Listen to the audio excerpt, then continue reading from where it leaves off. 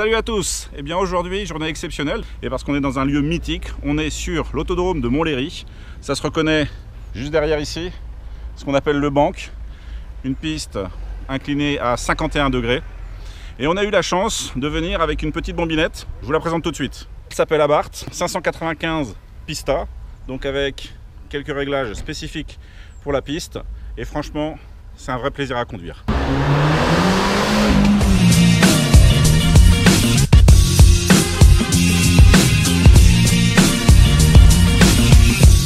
Donc, on va passer la journée ensemble.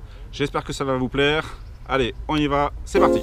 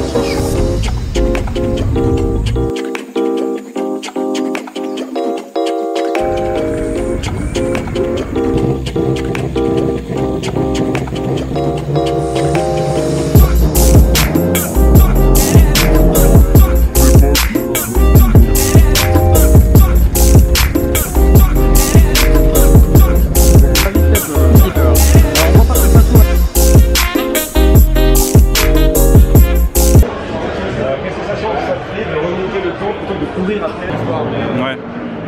C'est la voiture qui était dans le team et qui était invendable, donc c'est pas Alors on est avec Love sur la 208 Price Peak, elle est juste là, regardez.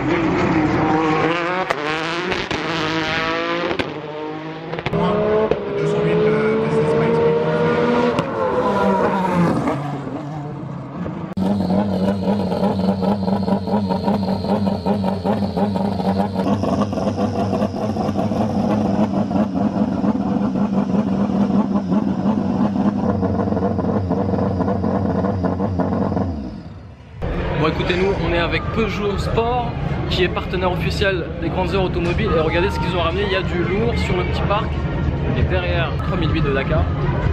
Là Cyril est en train de trier un petit peu les photos et on avait, eh oui c'est Abarth, donc c'est une 595 Pista qu'Abarth nous a prêté pour aller à Montlhéry. Voilà, on y va. C'est ça aussi, les grandes heures automobiles, et c'est surtout des belles rencontres. Cyril, dis-nous tout. Tu as vu une petite merveille, une Porsche 718. Porsche vient de ressortir les Porsche 718. Donc c'est les moteurs à 4 cylindres à plat, c'est ça? C'est ça. Ok.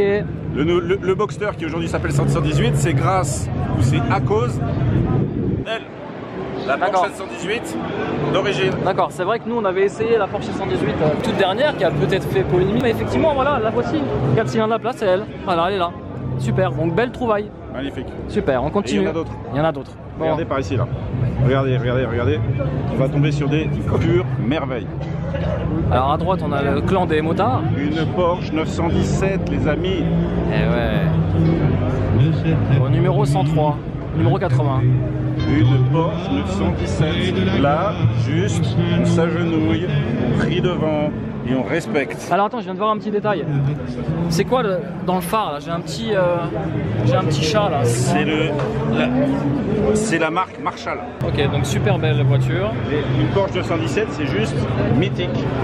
Très belle. Je ne sais pas si tu te rends compte que tu as une Lola T70, une Porsche 917, une Ferrari 330 P3, une Ferrari 250 LM, encore une Ferrari 250 LM. C'est juste hallucinant les gars, hallucinant. Il y a un super beau plateau là, ce qu'on a sous les yeux. Cyril a quelque chose à nous dire. Une belle trouvaille encore. Encore un truc de malade mental. D'accord, c'est quoi ça? Ferrari 330 P4. À titre de comparaison, aujourd'hui on estime qu'elle cote quasiment autant qu'une Ferrari 250 GTO. Ça, c'est minimum 50 millions d'euros. 50 millions d'euros on a sous les yeux. Voilà, et on est à quelques centimètres. Je peux même la toucher si vous voulez. Hein. Bon, c'est pas le but, mais regardez quand même. Regardez juste l'intérieur.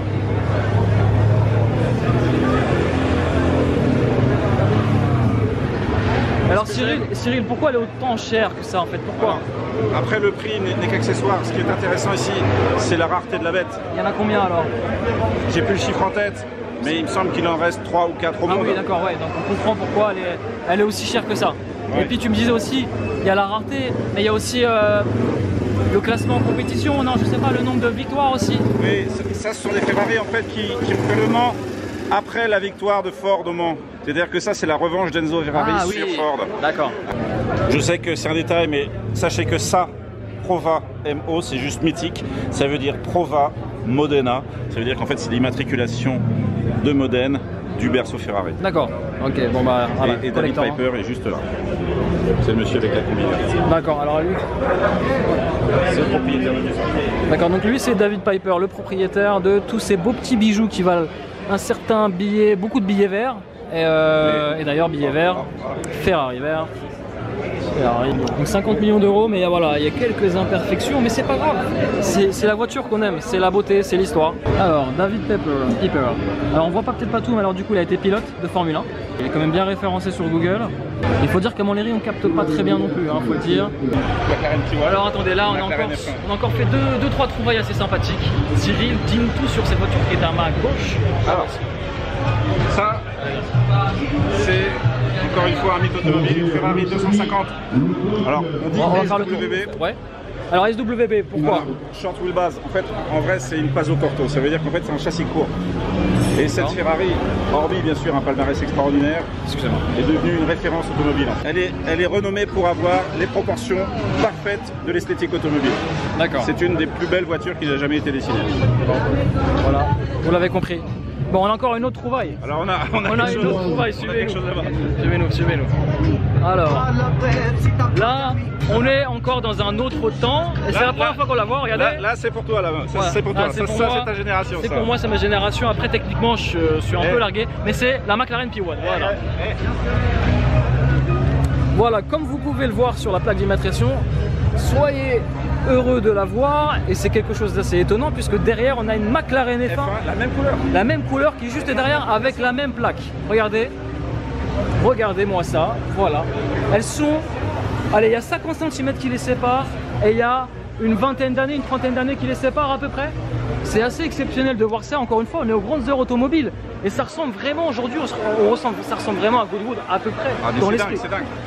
Ici, la place centrale. Place centrale, ouais, la fameuse place centrale. Il n'y a qu'une place où il y a... Non, il y a 3 places. Il y a 3 places en fait. Assez exceptionnel de voir ça. C'est dingue. On va refaire un tour sur la P1 parce que c'est quand même assez exceptionnel de voir les deux autos à côté. Et là, vous avez la P1 qui est absolument magnifique. Voilà, c'est les voitures modernes, les supercars, les hypercars d'aujourd'hui. Et on ne peut que apprécier. De voir ce genre de véhicule à côté d'anciennes voitures qui ont 40 voire 60 ans de plus que celle-ci. Voilà. Yo, bon, on revient d'un plateau de malade. On vient de faire un plateau avec des belles voitures, une vingtaine de voitures, des voitures, des protos, des classes. Cyril, qu'est-ce qui t'a marqué sur cette session là? Parce que c'était un plateau digne d'un Le Mans classique.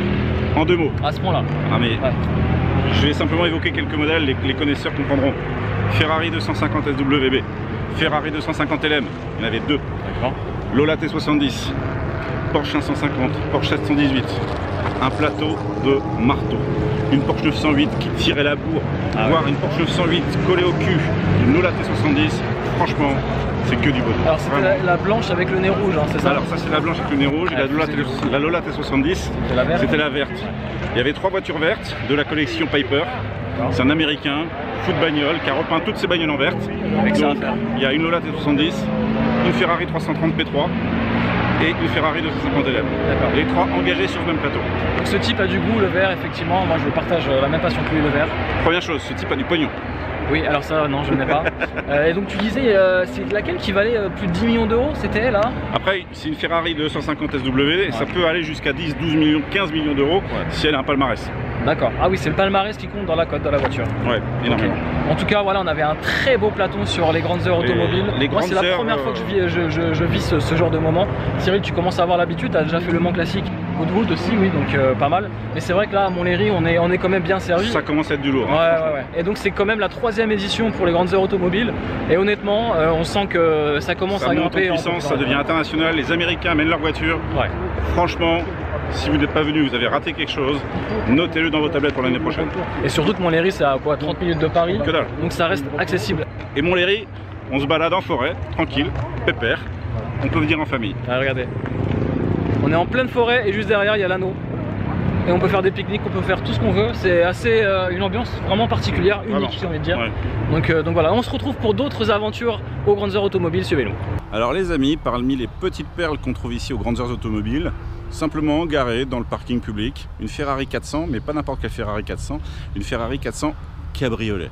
Alors il faut savoir juste qu'elle n'a jamais été produite officiellement par la marque. Ce sont des préparateurs qui en général ont découpé le toit, mais ça donne un rendu qui est quand même assez exceptionnel et surtout très rare. À l'intérieur, vous voyez, on a 4 places parce qu'en fait c'est une Ferrari familiale. C'est en fait l'ancêtre de la Ferrari FF, voire aujourd'hui de sa remplaçante. Bon, ça y est, c'est fini. On a fini nos aventures aux grandes heures automobiles. En 2-3 mots, qu'est-ce que tu peux dire de cette édition, la 3e édition donc pour ces grandes heures automobiles? C'est du lourd. C'est du très lourd, en fait, ça monte en puissance tous les ans. Rendez-vous compte, cet événement n'a que 3 ans d'existence et cette année, on a un plateau mais de malade mental. Il y a des pilotes de renommée internationale, il y a des véhicules de record, il y a des véhicules anciens qui n'ont pas de prix. C'est juste dément. On est ici aussi bien, voire mieux qu'au Mans classique, avec en plus l'accès paddock pour tout le monde, avec une sécurité au top, mais pas à outrance comme au Mans. Franchement, venez, c'est une expérience inoubliable. Et je rajouterais même, c'est vraiment une ambiance particulière, regardez. Vous avez des camping-cars près du circuit, près de l'anneau de vitesse. C'est vraiment une ambiance familiale, chaleureuse, où vous pouvez venir en famille. Voilà, vraiment, ici on se prend pas la tête, sans problème, et on est à 2 pas du circuit. Donc là, c'est la session moto. Je sais pas, il y a un peu de tout sur ce circuit. Il y a des motos, il y a des voitures un peu folles, même beaucoup folles. Enfin bref, ça respire la folie. C'est un peu notre petit Goodwood. C'est ça. Un peu français. Alors, ce que j'aime beaucoup en fait, ce que j'apprécie vraiment ici, c'est que le public est vraiment inclus dans l'événement. On ne vous casse pas derrière une barrière, loin. Vous êtes au cœur de l'événement. Voilà. Bon allez, sur ce les amis, n'oubliez pas le petit pouce. Et puis on se dit à très vite pour de nouvelles aventures. Ciao. Ciao.